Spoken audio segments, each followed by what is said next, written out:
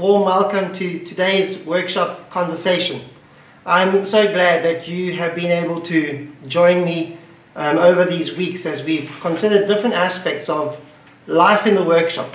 Today, I really just want to share with you this thought of being able to look for answers in unexpected places. And what I mean by that is simply this, that in the workshop, sometimes there are things that you can do which you perhaps didn't realize that you can do, that give you better results or better answers to questions or things that you may be experiencing and going through. And so just today, just the understanding that there is that reality that we can consider.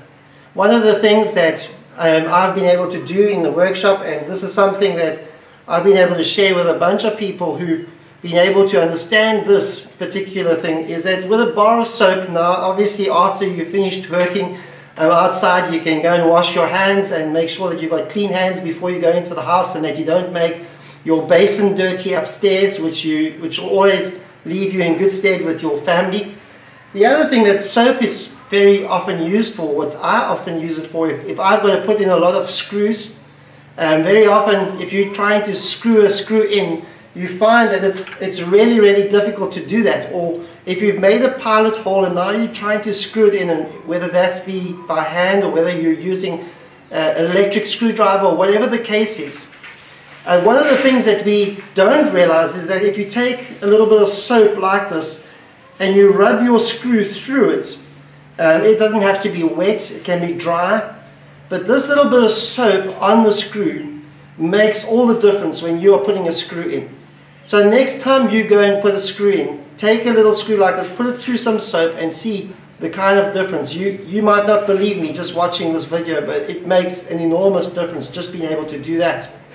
I can remember going to a local hardware shop and asking the question about how do I get rid of rust. I've been given lots of tools, lots of old tools, and they said to me, look, you can use the different products that there are out there, but I want to just suggest, and he made the suggestion of going to the Spar or to Pick n Pay and buying a tin of Monster and putting this into a bowl and then putting some of the tools in there and watching how this tin of Monster strips off the rust. And sure enough, I did that. I've never tasted this, I don't know what it tastes like at all.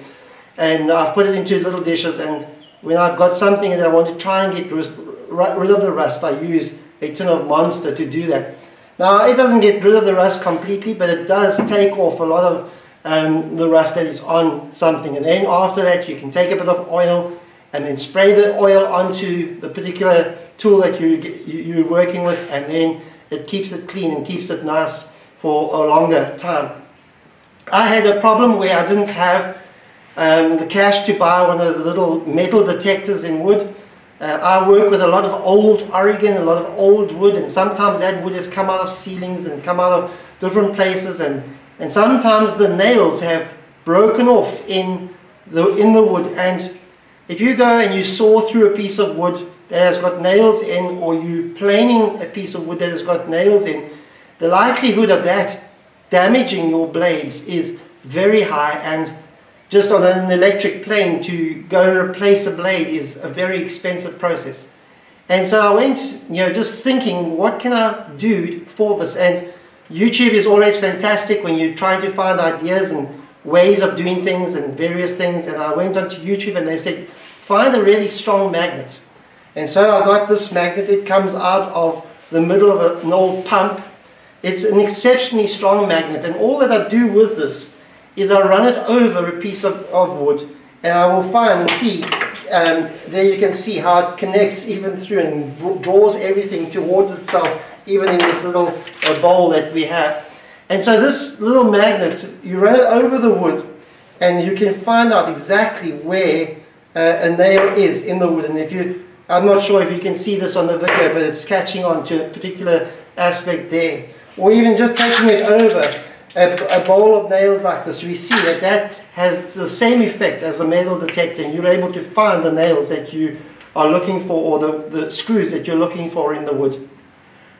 So in terms of just the application to other areas of life, we often expect God to work in certain ways. We are often looking for Him to work in certain ways. We sometimes set the agenda for God as to how He should answer certain prayers and how He should answer certain things in our lives.